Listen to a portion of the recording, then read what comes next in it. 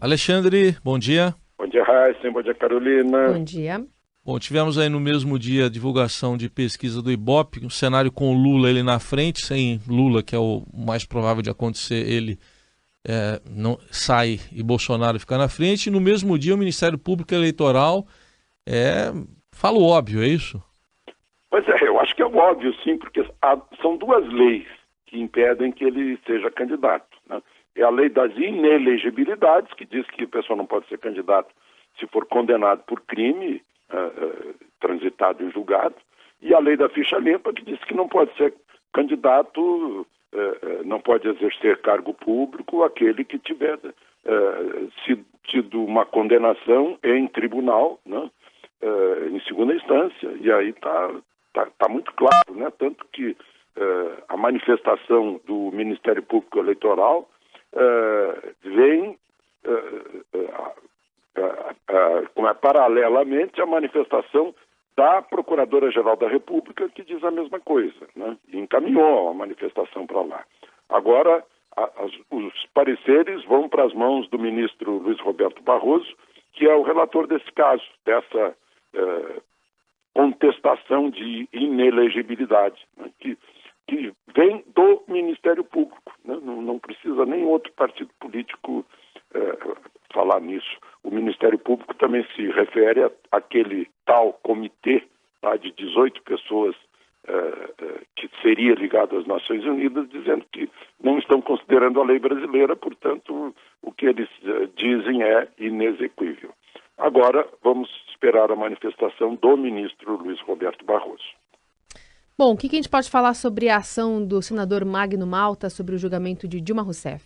Então, é aquela famosa questão do parágrafo único do artigo 53, lá no julgamento do impedimento da presidente Dilma, né? Só para as pessoas lembrarem, está lá escrito, muito claro, né?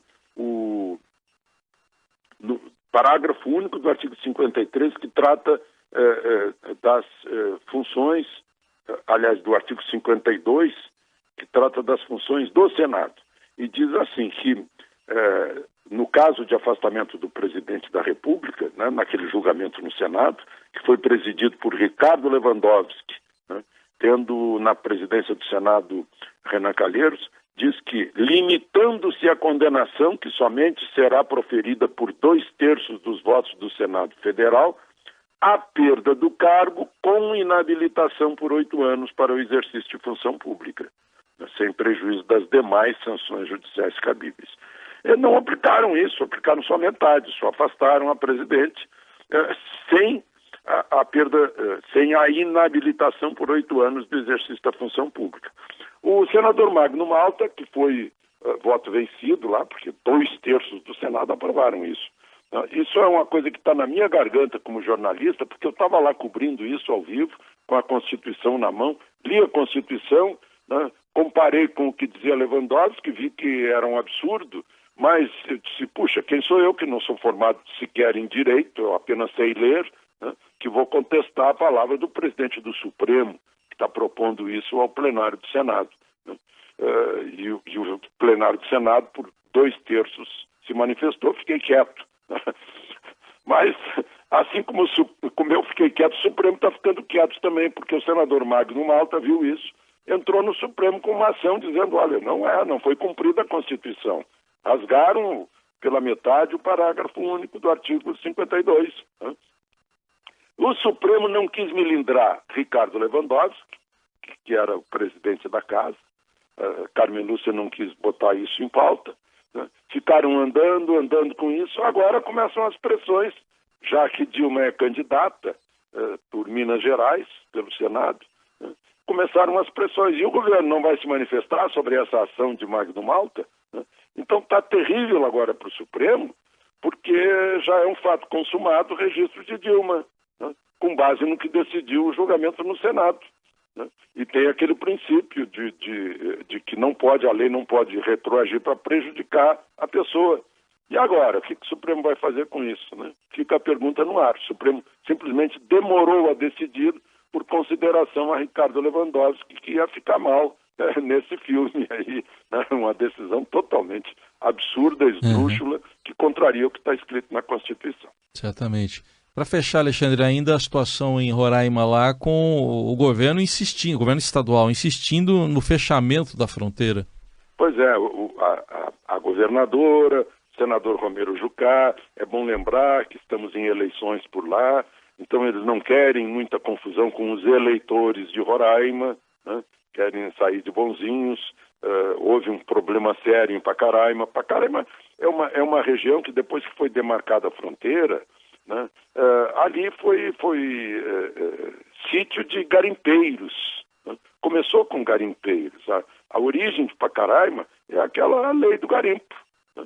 Tem 12 mil pessoas morando lá, já havia 1.500 venezuelanos. Essas 12 mil pessoas começaram a achar os venezuelanos uns intrometidos. Aí aconteceu aquela gota d'água que foi o assalto ao comerciante, que acabou apanhando de 4 venezuelanos e deu essa confusão toda, né? Essa revolta dos brasileiros que aplicam a lei do garimpo, que é a lei aplicada por eles mesmos. Os venezuelanos fugiram, alguns já voltaram, o Brasil, o governo federal mandou 60 homens da Força Nacional para lá, vai mandar mais 60. Ao mesmo tempo, na Venezuela, o Maduro está lá com a inflação de 1 milhão por cento. Era o nosso caminho aqui se não tivesse havido essa retirada de Dilma, né? Que estávamos afundando no caos. Mas, enfim, ele cortou a moeda, cortou 5 zeros da moeda, ou seja, 100 mil bolívares agora valem 1 bolívar soberano. Parece que é uma palavra até irônica, né? Que não tem soberania nenhuma o país que não tem uma moeda consistente, uma moeda estável. E essa é a situação lá nesse momento, é uma fronteira seca naquela área, né? Seca e fria, porque é considerada o polo norte de Roraima, Pacaraima, que é um lugar mais alto, né? Montanhoso, planalto, e a situação está muito ruim, né? Tradicionalmente se comprava combustível, né? E se compra energia elétrica da Venezuela.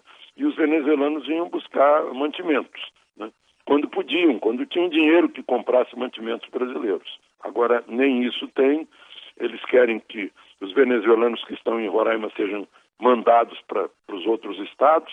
Muitos foram embora, né? Aqueles que vieram mais bem de vida foram embora, né? Eles preferem ir para o Chile, para a Colômbia, para países em que a língua seja a mesma, né? O Brasil tem um pouquinho de obstáculo na língua. Aqui em Brasília eu encontro venezuelanos em lojas, né? Sou muito bem atendido, aliás, né? Eles já estão por aqui. Enfim, eu acho que foi um episódio, esse de iniciativa dos garimpeiros, uma coisa que nos envergonha, né? Resolver dessa forma uma questão policial lá, né? Mas a outra coisa que as pessoas não estão falando de Roraima é que as facções criminosas baseadas na droga já estão se aproveitando da situação há muito tempo, né?